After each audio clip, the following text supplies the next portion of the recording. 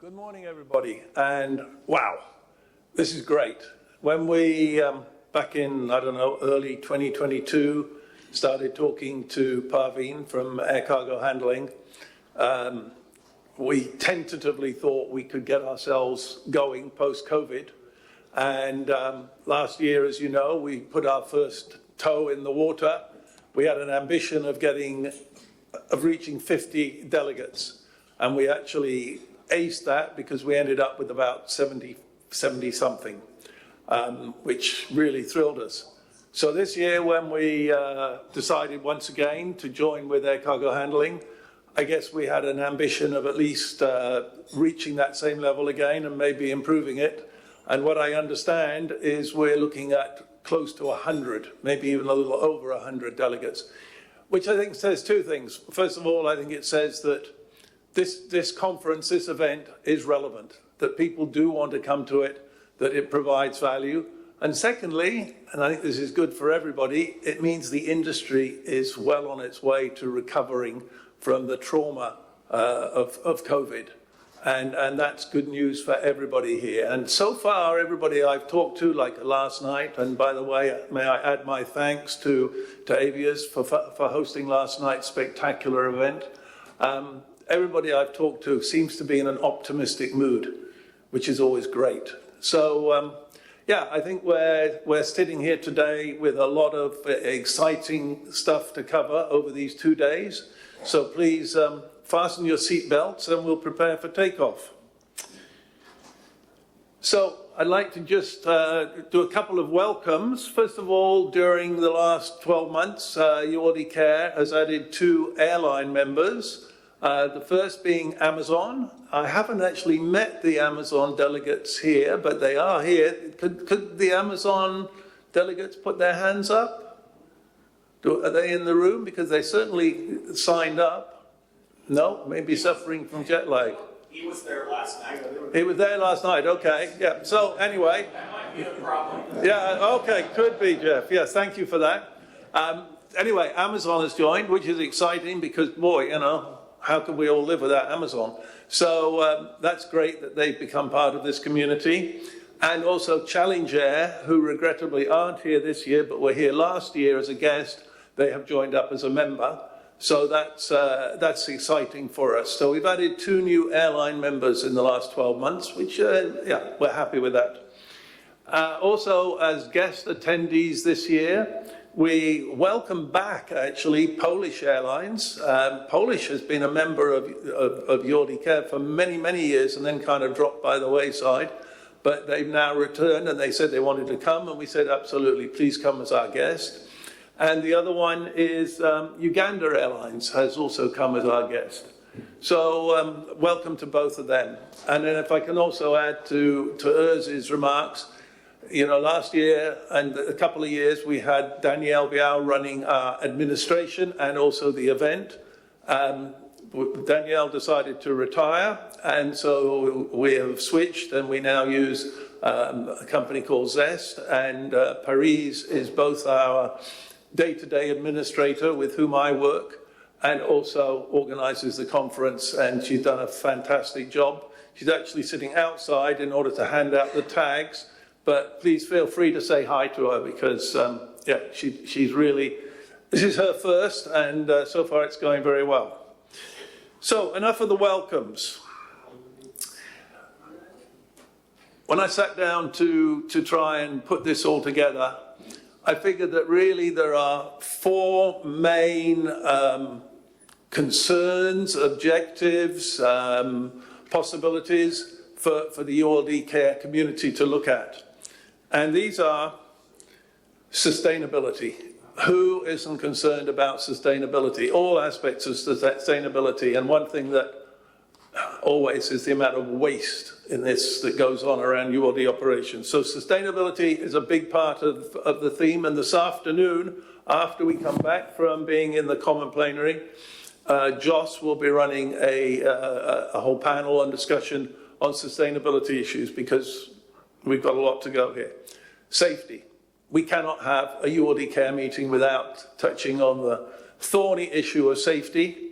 And so tomorrow we will be covering safety. which will be primarily, again, as always, talking about fire, but also a new topic we're bringing in on spreader boards. Knowledge and training. Again, we have to keep plugging away. We all know the industry is woefully inadequate on knowledge and training. And we have Perty Mero here from Airport College and Ari Katola, and they will be running a program tomorrow. And then what ties this together is digital and technology. So let me say a few words about sustainability. As I said a minute ago, what really frustrates me about this industry is the sheer amount of waste that goes on, particularly my favorite, cargo straps, but also nets. Every year, tens of thousands of these unrecycled, well, there is some initiatives for recycling, but basically very unrecyclable friendly devices just end up in landfill. And a huge amount of this is because people are simply not paying attention. It's become the norm to just treat them as disposable, throw away. So sustainability is something, and I'm pleased to say, I think the industry can actually pat itself on the back. I mean, when I started in ULD, hate to say it, over 40 years ago, a typical LD3 container weighed something like 125 kilograms. I was asking somebody yesterday and they said, now they're somewhere in the high 50s, somewhere like that.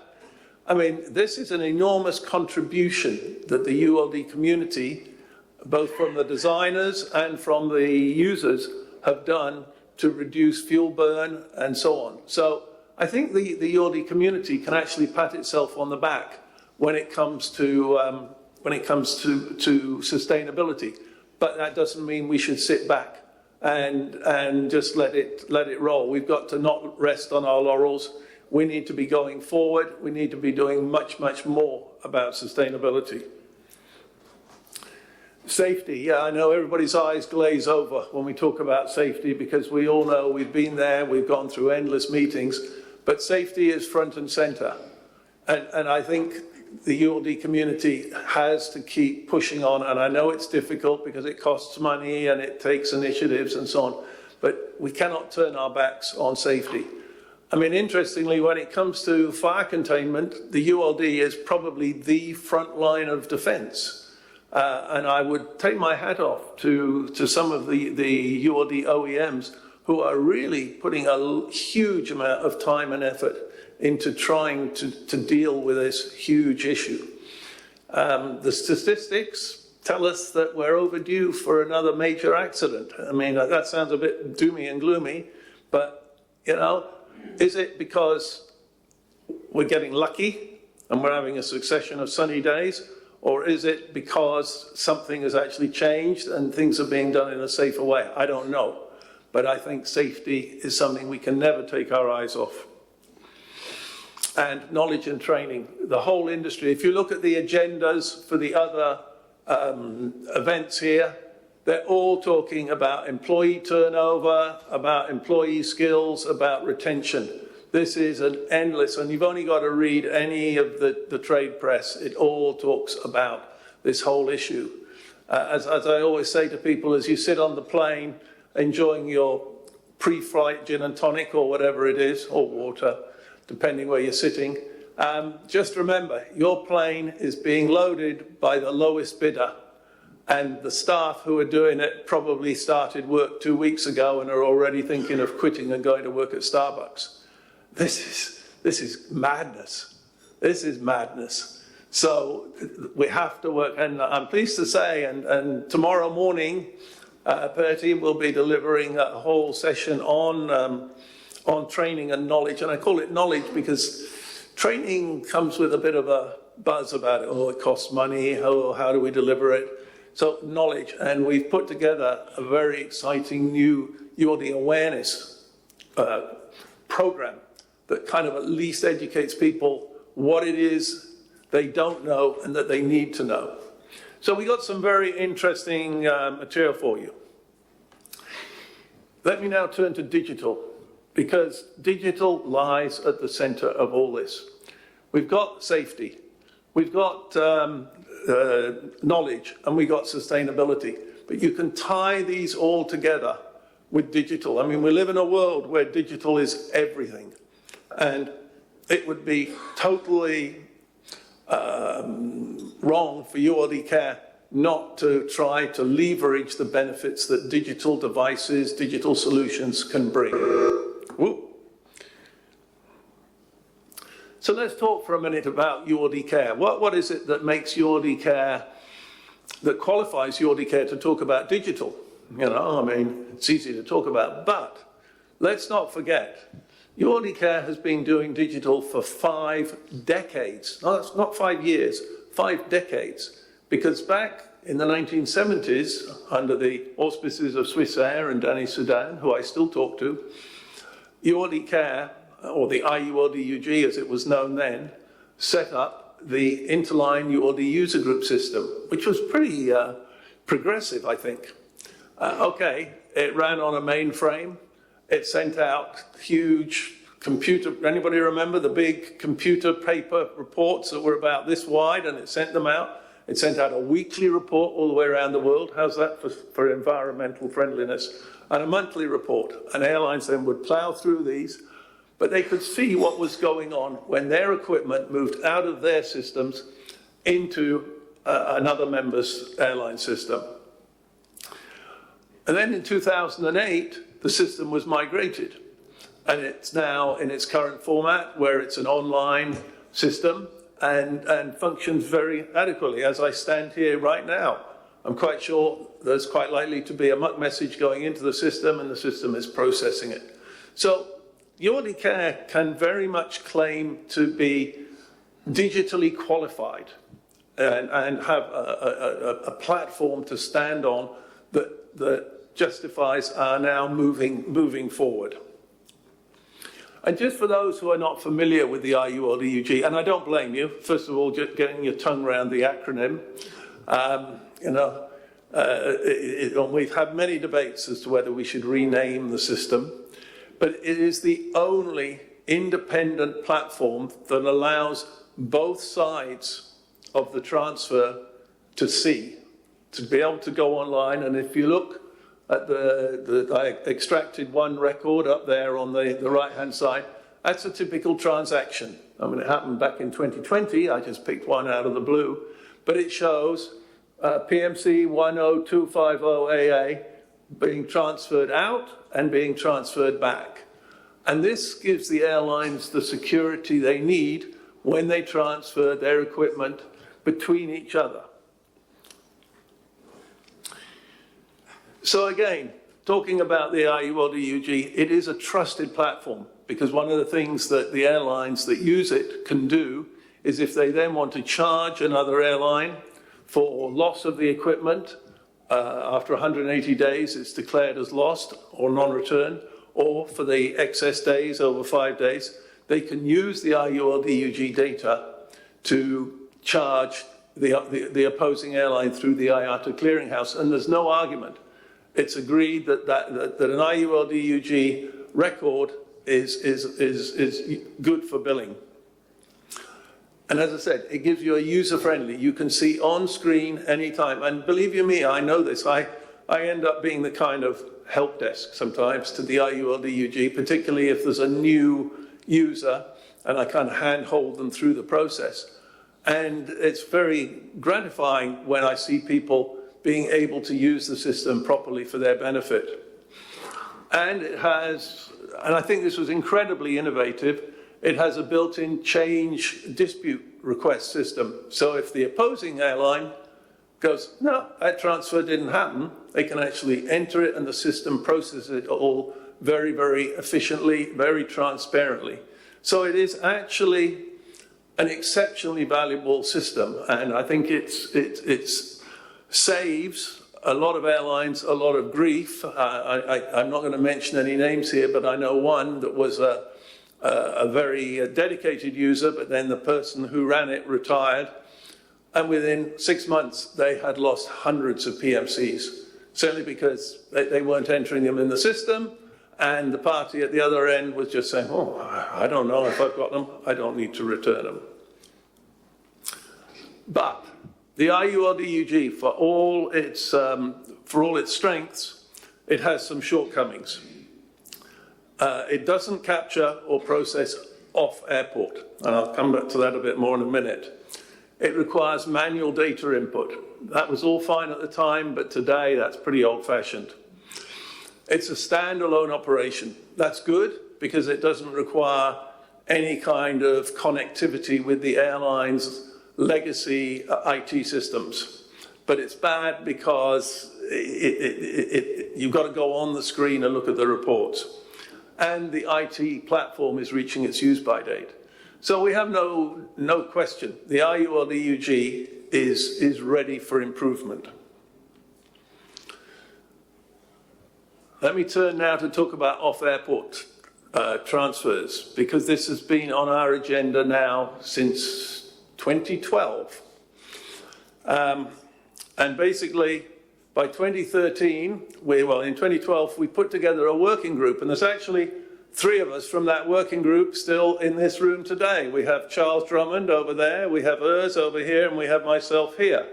And the working group did a fantastic job. It identified the issues in a great deal of detail, and it created an initiative to go forward. But 10 years later, the problem has multiplied. Off airport, I don't know the number. Somebody used the number, I think recently they said 90% of all air cargo is off airport. I don't know if that's right or wrong. But it's a huge amount of the air cargo industry depends on the off-airport movement or the off-airport loading, build-up and breakdown of the ULD. So, and this is not something that's ever going to go away. It's not going to change. This is with us forever because it's a component part of the air cargo infrastructure. So during 2022, and with the help of Charles, we did a massive amount of research. One of the advantages of being a trade association is we were able to go to our members and say, would they mind sharing with us their data, a 6 months slug of data for off-airport, showing the ULD ID code, the data in, the data out, and so on. We didn't get into any names or whatever, but they just shared with us the data. And we were able to take that data and add a whole pile of airlines together and come up with a massive spreadsheet, which I think nearly destroyed Charles's laptop, and do a lot of analysis, which we then felt very confident about. And what this told us is, and I don't know if anybody here wants to agree or disagree, but that on average, a typical PMC makes an off-airport trip once every 2 months. So 6 times a year, your PMC is going to go off airport. And it also told us that when it goes off airport, a lot of them will stay for a considerable period of time. We picked a nominal number of days of 10, which I think frankly is very generous. But a significant amount of this equipment stays off airport for longer than 10 days. Which is very strange. I'm sure it doesn't take the freight forwarder 10 days to break down the cargo. It probably takes him 10 minutes. But then the other 9 hours, 9 days, 23 hours and 50 minutes, the PMC is just sitting in the back of the shed somewhere because he can't be bothered to return it. This is wasteful, unsustainable, inefficient, call it anything you like. And we estimate, again, out of these numbers, we came up with 20 to 25,000 PMCs are off airport for an extended period of time. And if you want to take a look at that, that's in excess of 600 747 ship sets. I mean, that's just an incomprehensible number of waste. But that's what the industry somehow has become accustomed to. So basically, and on the other hand, so you've got all this wasteful activity going on one side. On the other hand, we've got the ULD Care community and the ULD Care trying to improve working practices in the industry. it's quite a struggle. And meanwhile, technology has moved on. And I mean, when was the last time anybody can remember doing a manual credit card authentication? Does anybody remember the old, you would put your card with the embossed numbers on it into a machine, and they'd put the slip of paper, and then they'd roll it over and roll it back, and then you'd sign it? We don't do that anymore. We just tap and go with our credit card. So these are digital developments going on around the world that are overtaking us. Handheld printers, like this device. When Food Panda or Deliveroo or anybody delivers something to you, and if you want a piece of paper receipt, they can just key it in and boom, you're away. Another one, in a more industrial thing, are devices like this, which will read practically everything. RFID, QR codes, barcodes, BLE. And again, these are becoming very, very common in industrial, in warehouses. And again, they're low cost. I mean, this is all part of the digitalization revolution that's changing the way we do things. And of course, stored value on our phones. We all rely on having stored value on our phones, whether it's my Octopus card in Hong Kong, whether it's your credit card or whatever. But here we go. We still, for ULD, and this is embarrassing, we still use this fellow. And actually, Manoj is going to hand me a pad of these things, right? Thank you very much, Manoj, for bringing that up. Say it like that. Anybody seen these? How many of these are created every day? How many of these are stored in cardboard boxes in freight offices around the world? This is just ancestor worship. I mean, nobody can give me a good justification for using paper anymore. There just is no good reason. And outside our industry, we do everything digital. You know, I just spent quite a few weeks in the UK, and I was very surprised how far. Try and order food in a restaurant. A lot of the time, you've got to scan a QR code and work your way through the menu on your phone, hit the button, order goes to the kitchen. What happened to the guy who used to write on a piece of paper? Gone. Parking your car on a meter. I know where I go, and I can't pay cash into the meter anymore. Have to use an app on my phone. Paying for your shopping. Most of the time now, you'll do checkout at a supermarket, you'll do it digitally. Checking in for your flight. Inconvenient, you might have to learn to use the technology, but it's the only way, because the airlines simply can't afford to put staff behind all these counters. And on and on and on. So, what I'm standing here today saying, digitalization can finally replace this. It can replace not only the current pencil and paper at the truck dock, somebody writing on the back of an envelope, or maybe using a form, and there's a proliferation of forms, maybe getting the trucker to sign for it as well. This is ridiculous.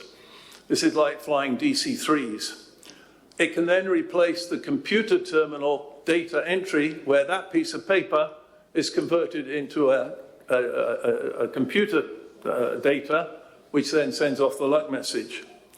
And it then means that everybody can get real-time information about this vast numbers of ULD that are going off airport into this currently unknown area. And finally, if it's captured accurately, timely in digital, it can then easily go into other systems through APIs and so enable people to go to use the data for all sorts of management processes.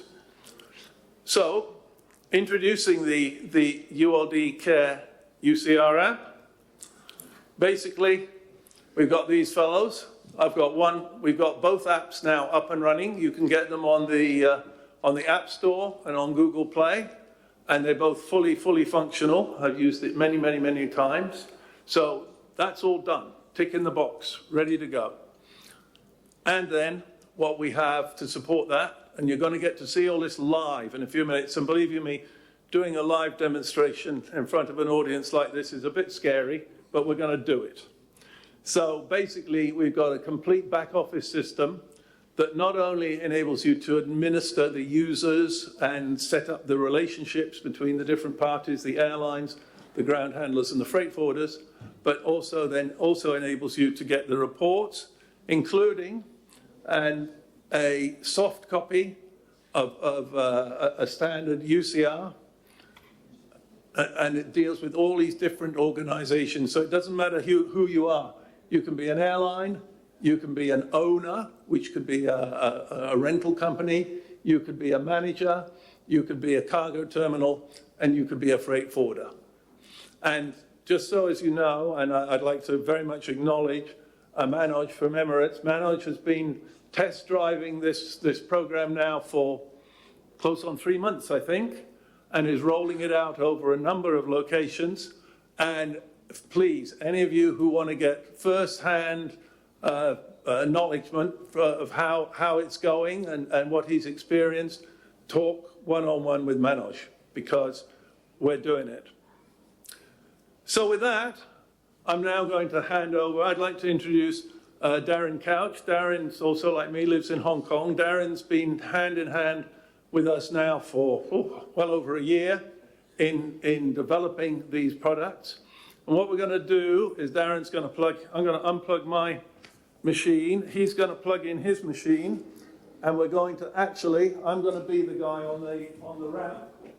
And he's going to be the guy in the back office. We will connect the phone to his machine. And away we will go. So hang on a second. Let me just do a tiny little bit of IT stuff here. Okay, there you go.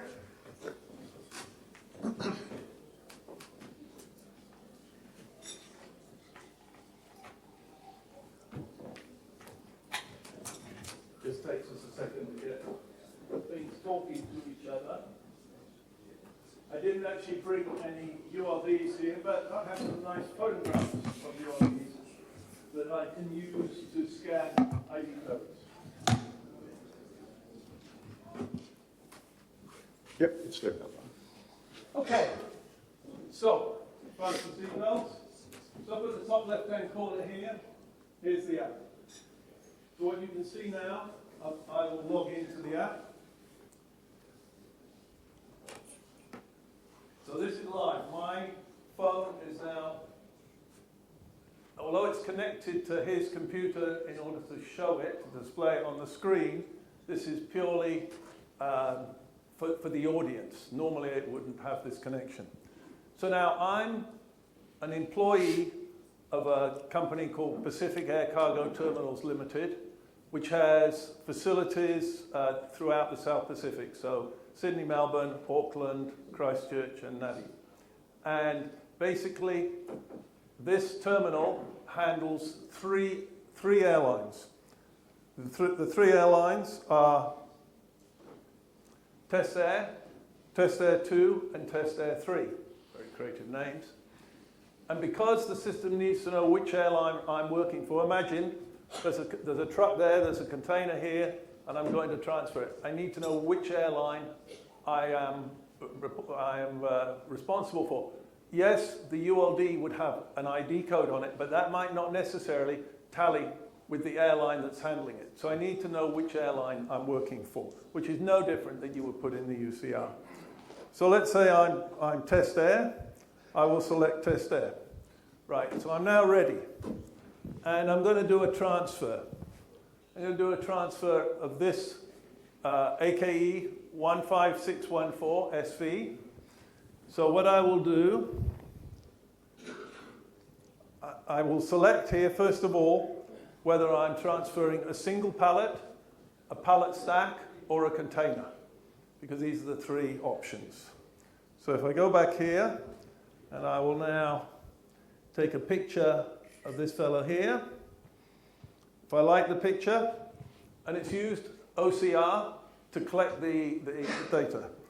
Is it the right one? Yes, okay. Now it moves automatically to the next screen. Is it serviceable, damaged, or unserviceable? I can choose any of these three options. For this one, I'm going to continue to say it's serviceable. But maybe I want to take a picture of something else. So let's get another picture. Maybe I want to take a picture down here. So I'll add that in and I'll use the photo. And later on, you'll see how that's all recorded. If I wanted to do another container, I could then use next container. But in this case, I won't. Sorry. I'll complete the transfer. So I've got just one container in here, and I'll save it. So now I get a message, says my inspection has been saved. So now I've got to finalize the transfer. Is it an incoming? Am I, as the cargo terminal, receiving it from a freight forwarder, or am I sending it to a freight forwarder? Let's say it's outgoing. That means it's going to the freight forwarder. I could put in a remark here, but I won't for this case. And now we get to sign off. So who's the opposing party? There's a big drop-down list, but I'm going to send it to DEF Pacific Forwarding. Okay, that's the freight forwarder who it's going to. Now, normally there would be another party. In this case, I'm going to be both. So let's say the driver's name is Joe. Okay, Joe signs on the screen, and we click Save, and then Confirm. Now what you can see at the top end of the screen is me, because I'm the counterparty. So we've got both parties here. Confirm, hit Confirm, and now it's sending the data out over the Wi-Fi to the main processing system. Done. Gone. That record's done. Darren. You would like me to show that? Darren is now, yeah, would you like to show it? Sure. So Darren can now switch out of this one and can show in the system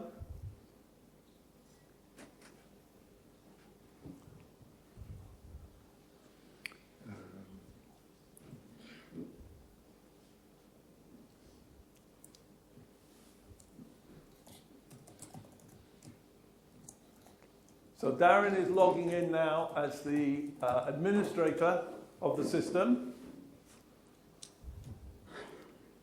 And here will be go to transfers. And here we have, there you go. So now you can see, when he clicks on the blue thing, we can see the transfers. And we can see here how, oh, I need really a pointer, but how Test Air up here transferred to DEF Pacific Forwarding. The opposing signatory was Joe. If we click on Show Signature, can you do that please, Darren? Here we see the signatures.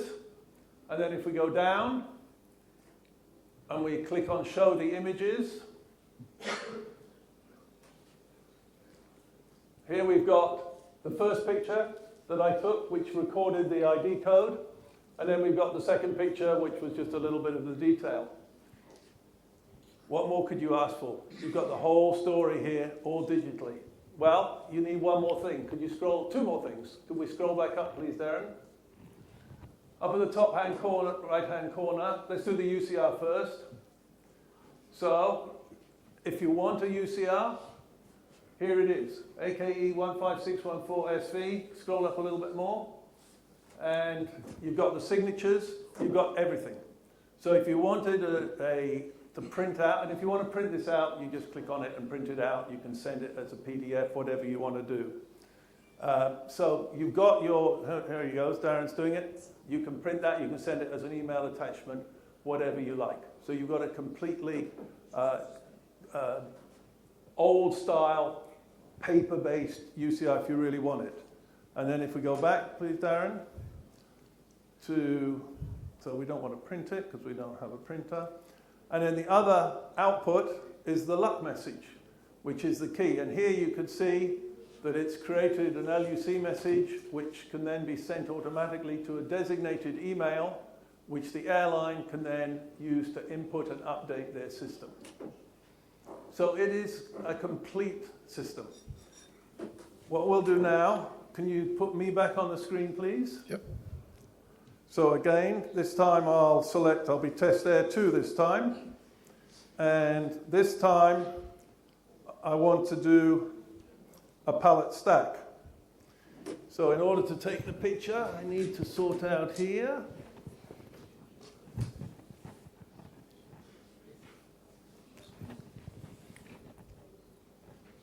So you can see here I've got a picture of a stack of pallets. So what I'm going to do is basically, hopefully the light's about right.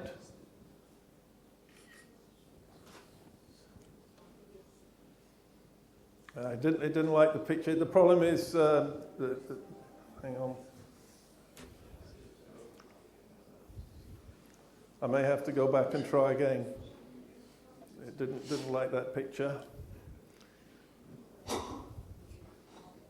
Let's see, it sometimes doesn't like taking multiple pallets off a piece of paper. Here we go. Okay, so it's captured 1, 2, 3, 4, 5, 6 of the pallets. We can do a manual cross-check and see, oh, it's actually missed 2 and can add them manually. But otherwise, we'll go for continue. If I wanted to go down here at the bottom, add new, I could add 1 more if I like. Again, are they serviceable, damaged, or unserviceable? Continue. Now, because these are pallets, they come with other bits and pieces. So let's say we had 3 fire covers. Let's say we had 6 nets. And let's say we had a pile of straps, 10 straps. Okay, continue. Basically, right, I'm going to finalize the transfer. Let's say this is going to be incoming. Sign off, opposing party. We'll do it this time with ABC Forwarding, Pacific Forwarding, which is a different branch. Signatory, let's see. This is your evening job, Jeff.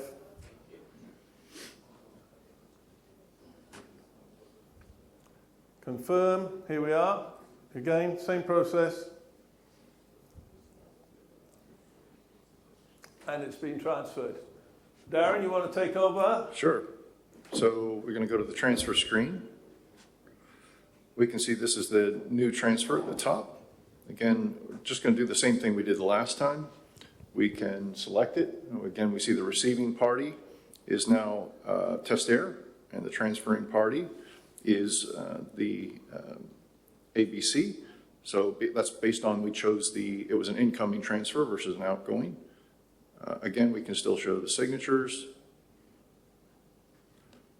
We can still see, now we see the ULD support equipment is assigned to the master ULD, which is the first one in the list. That's the way it works right now, and that's why you see all of the ULD supportive equipment is associated with the top one, and the rest of them are the ones that were additional ones that were added. At the bottom, we can still show if there was multiples, we can show them here. We also have the ability to right-click here, and we can save this image.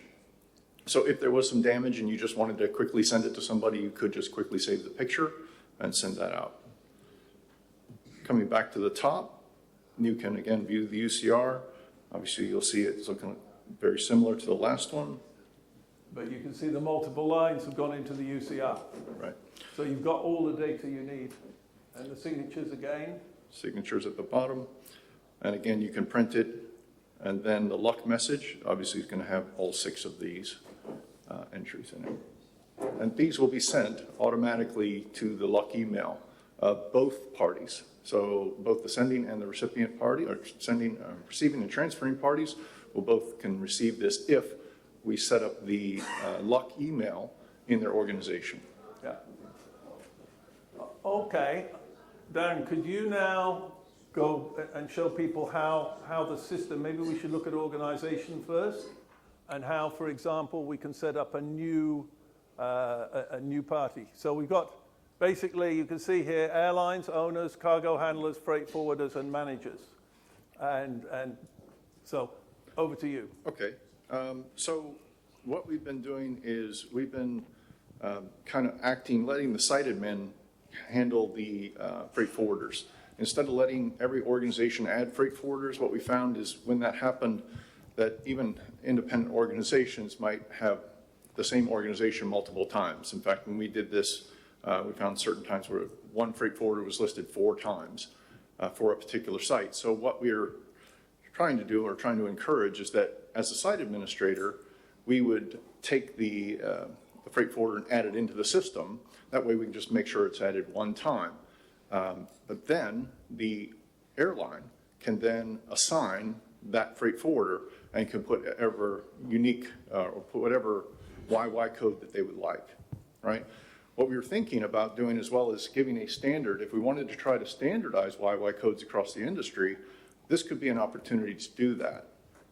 We're not going to force that. We're just a tool to potentially enable it. So we could come up with what standard YY codes are for freight forwarders and use those as a default, but if the airline wanted to override it, then they could. So just on the YY codes, just so for anybody who's not familiar with YY codes, the luck message is really designed for airline to airline, SQ to AC. But when it's off airport, there was an enhancement built in that if the transfer was to a non-airline, then you get, let's say, SQ to a freight forwarder, then it's a thing called the YY code, which is YY followed by 6 letters. Those 6 letters are assigned, in theory, by the airline to that particular freight forwarder. The problem is, along the way, there's get huge numbers of inaccuracies because people have to remember that this freight forwarder at this location for this airline is this particular YY code, but for another airline, it could be a different YY code. And the result is lots of inaccuracies. So, and the luck message goes back into the airline system, but the data's wrong. By digitalizing the whole process, a single accurate YY code is recorded in the system, and there can be no mistakes. So you get complete accuracy.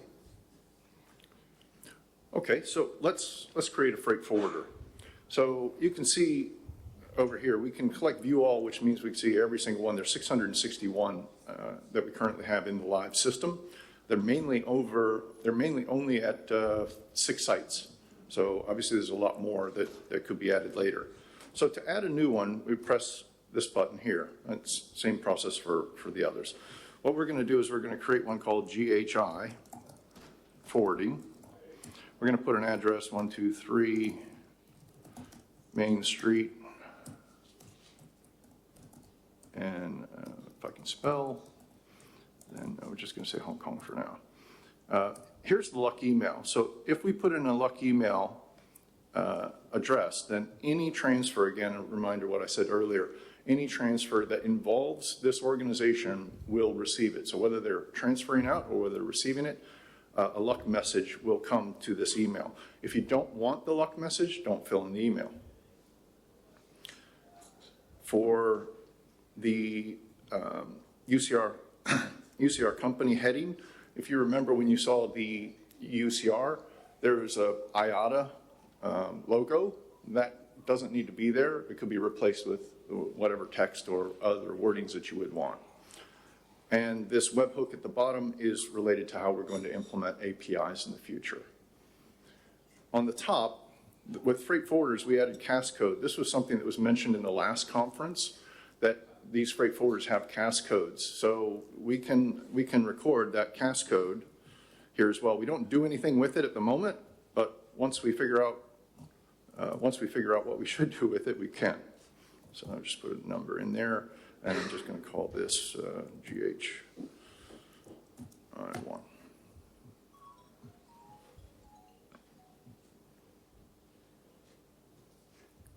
Okay, so we've saved the freight forwarder, and I'm going to select it.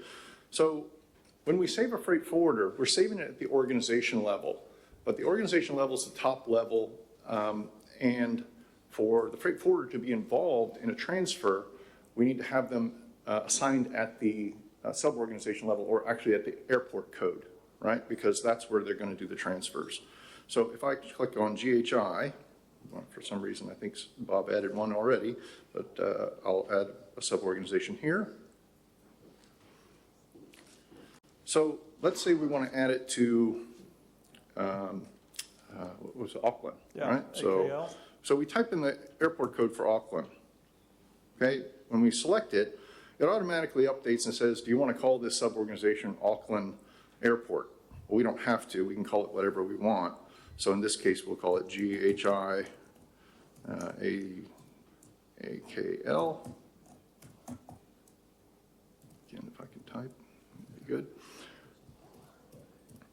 Okay, so once we do this, we have now created a sub-organization for this freight forwarder. And the reason why is that this freight forwarder could operate at multiple airports, right? If you're looking at DHL or FedEx, they obviously would have multiple would have operations in many different airports.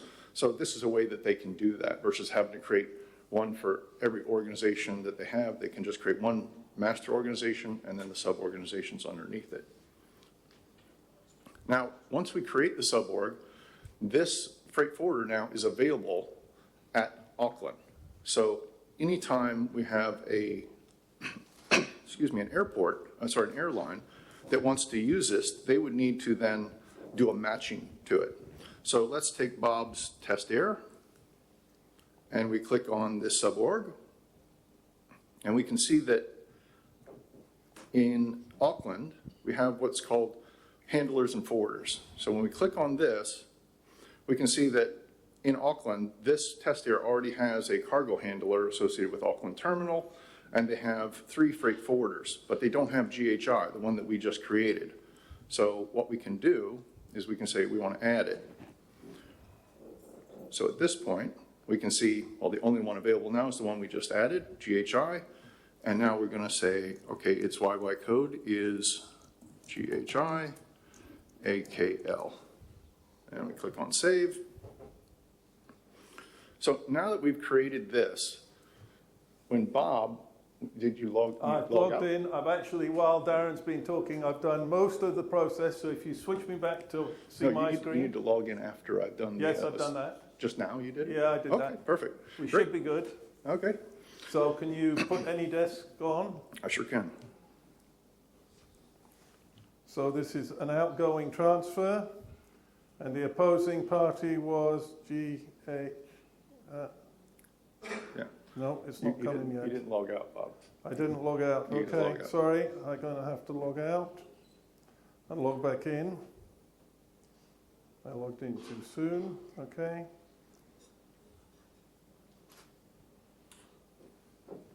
And I'm Test Air. Test Air, you right? Yep. Okay, select, finalize transfer, because it's all saved in there already, outgoing, outgoing, sign off, and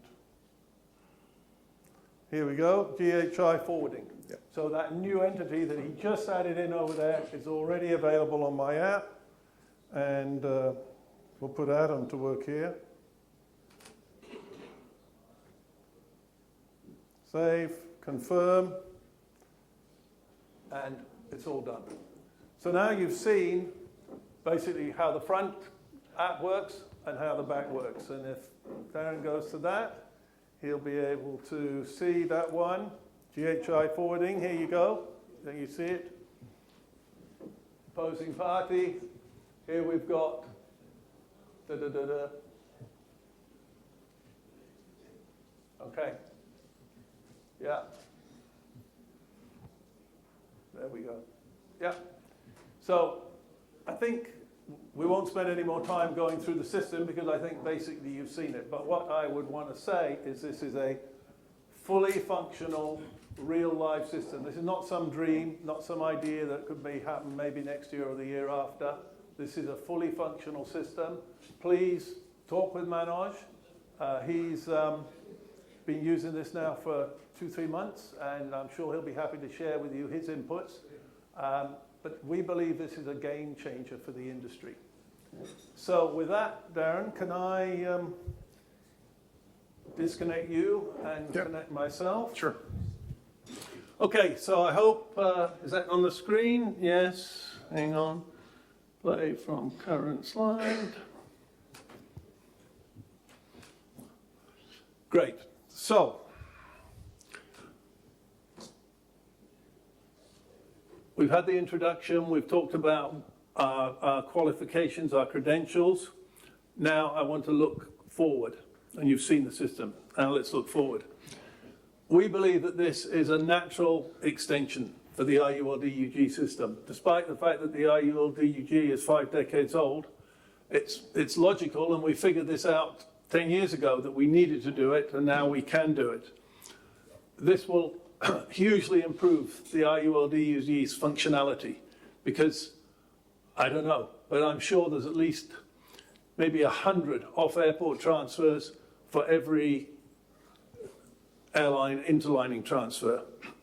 And the UCR and the IUL-DUG go together because if the UCR isn't good, the data going into the IUL-DUG isn't good, and then blah, blah, blah, blah, blah. So this is a owner, at the moment, we have the IUL-DUG in general working between the owner airline and the inter-airline. But now we want to go for an industry-level win-win-win. We want to bring in the airline or the owner. We want to bring in the forwarder, and we want to bring in the cargo terminal. Because these are all stakeholders in ULD operations.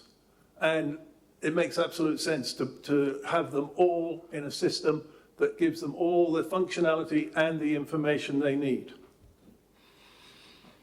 So where's the value in all this? Because of course, it doesn't come for nothing.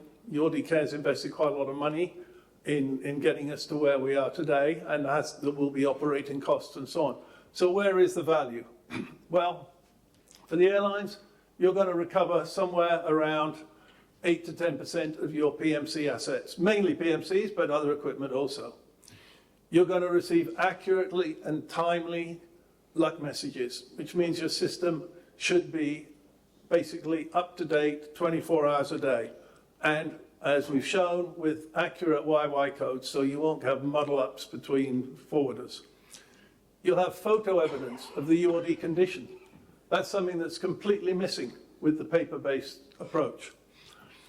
You'll have an ability to take back control of accessories, fire covers, nets, cargo straps, and so on. You can utilize all this data, if it's coming into your system accurately, whether by luck messages or via an API, will enable you to do more analytics. For instance, why is the average days off airport at airport X different from airport Y? Yeah, there might be a good reason, customs or whatever, but at least you can start to measure it. And the old adage, if you can measure it, you can manage it, then it'll give you the power to do that. And last but not least, and we didn't go into it hugely on when we were demonstrating the system, the issue of rental pallets with common IDs, so JG, FF, R7, and so on. The system has built into it the ability to cross-link the rental pallet ID to the current responsible airline. And this is of huge value to well, to everybody in the chain, because at the moment, they see a rental pallet, they have no idea which airline it belongs to. And we all know how much that's costing everybody. Value proposition for the cargo terminals, they get out of doing paperwork. I mean, again, filling out these forms is just ancestor worship. I don't know. Do you have any idea how many of these pads you print a year, Manoj? I'm sure it's a big number.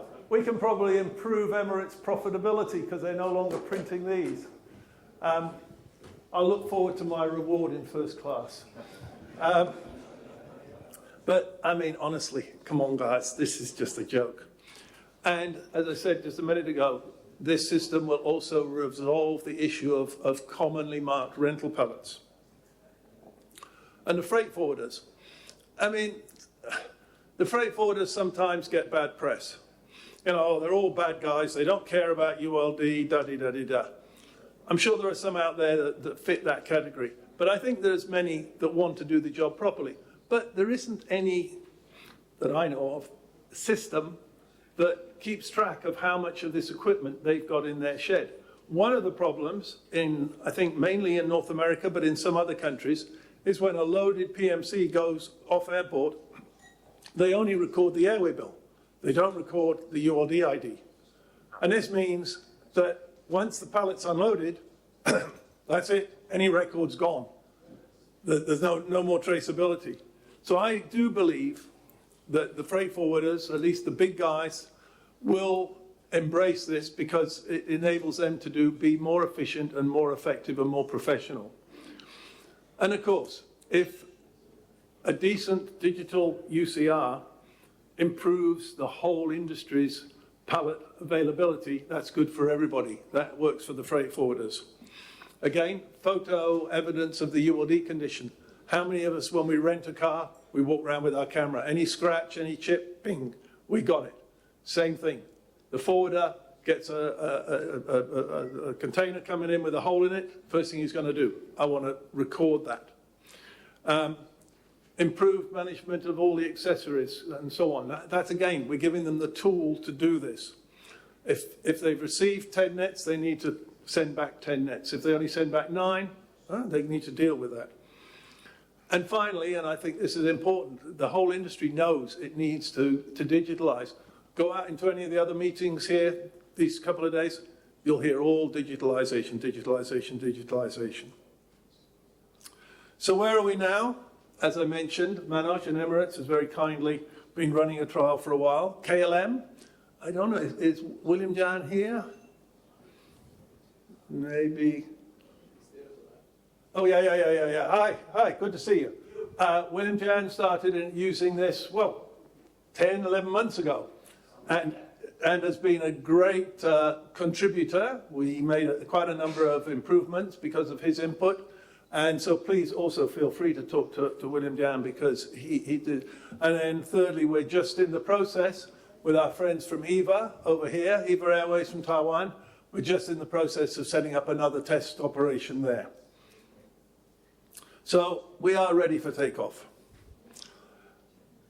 And looking beyond the immediate future, I would like to say that the EUCR is really just a start. It's a platform that can take us forward because we can now start to do all sorts of things. Better data acquisition, better downstream data usage, and analytics. And just to not spend a great deal of time on it, but data acquisition, again, we can use devices like this to capture or various, however the pallet is identified. And I don't know what the future technologies will be. At the moment, it's BLE, or it's possibly a barcode, or whatever, or an RFID. And we're experimenting with these tags, some of you may remember last year, that can put RFID very cheaply onto a pallet. So, and the system can do that. And I think one thing that also is in my wish list, it's very easy. If we look at the top right-hand side, that's if you buy something from a department store, a pair of socks. The label will have an RFID antenna in it. Because net straps, they need to all be captured digitally. So the EUCR can also drive that. It won't happen overnight, but it can come. Downstream data usage. I can remember years ago, British Airways coming to one of these meetings and presenting a huge analysis they'd done using multiple spreadsheets to try and plan their ULD inventory requirements for their different stations. I mean, it was a work of art, but it didn't go very far because it was too labor consuming. But now if you've got good data in your system, if you really know what equipment is at what airport, and how much of it is off airport and how much of it is on airport, you can start to apply proper analytics. And yeah, here we go, analytics again. Today's all about analysis and knowing what's going on. So if I come now to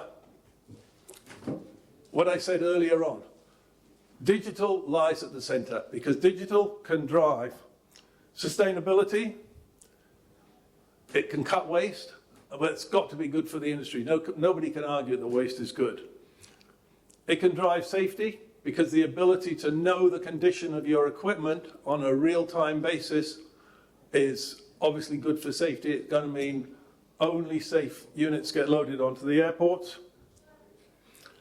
And knowledge and training, because I think today's young people want to work with digital, and they're going to be the people working on the truck docks, not the 60, well, maybe a few of the 60-year-olds, but mainly young people. They want to work with these tools. They want to work with digital. They don't want to work with paper. Paper's old-fashioned. And so I think this will also encourage, by upgrading the way the industry operates, it will encourage people to say, yeah, this is a good industry to work in. This is an industry that's moving forward. So where do we go from here? Well, as you've seen, the product is not just ready to roll, it is rolling. And it's, of course, like any app and any back office, it will always be subject to improvements. You always get things telling you your app needs to be updated. But basically, it's fully functional here, now, today. This isn't a problem that's going to solve itself. It's been around for 5 decades. As the industry grows, which Boeing and Airbus tell us it's going to, as the number of freight forwarders grow, we're going to see the problem just get worse and worse and worse. Nothing's going to change that in some miraculous way. And, as I pointed out, there's clear benefits to all parties in this process. The freight forwarders get a benefit, the cargo terminals get a benefit, the airlines get a benefit. I'd like to finish off with, first of all, acknowledging the people who have helped us, because that's been very important. Charles Drummond from Avius ULD. Charles has been this for a very long time, but he did, especially last year when he was kind of between situations. Charles spent an awful lot of time doing a lot of very clever spreadsheet stuff that was way over my head. So a big thank you to Charles. Kenneth Poon, Kenneth's here in somewhere, Mercury. Kenneth's been a big help to me here in Hong Kong, and Kenneth brought a particular angle because as a pallet rental guy, he was able to clue us in on what we needed to take into account when it came to rental pallets and how they would be in the system. Manoj goes without saying. First of all, he provided me with my prop, but also for a huge amount of advice and assistance along the way. Adam, where's Adam? Somewhere here. Whoa, right at the back. Adam from Uniload has again, Adam's the director of ULD Care, as is, by the way, Charles has recently joined because Ulf has retired. Adam has been very involved in this process. He and I have multiple conversations. So thank you for that, Adam. And last but absolutely not least, Glyn over here, because Glyn's, we've known Glyn for a long time, and Glyn's always been great counsel when it comes to what the ULD community is doing. And I'd certainly like Glyn, and of course Glyn will be the moderator for the panel after the coffee break. And AV Guy, hello, AV Guy, can you turn the volume up, please? Because I'm going to run the little... Digitalization is important for the air cargo industry, and ULD Care is here to assist with the EUCR system. So, how does it work? The EUCR mobile application is used to capture the ULD ID. Now, let's finalize the transfer. Let's transfer a pallet off the airport, and then finalize the transfer. The manager can see every transfer. They can view the transfer details and generate the UCR. Let ULD Care help you meet your digitalization objectives and streamline your operations. Thank you, everybody.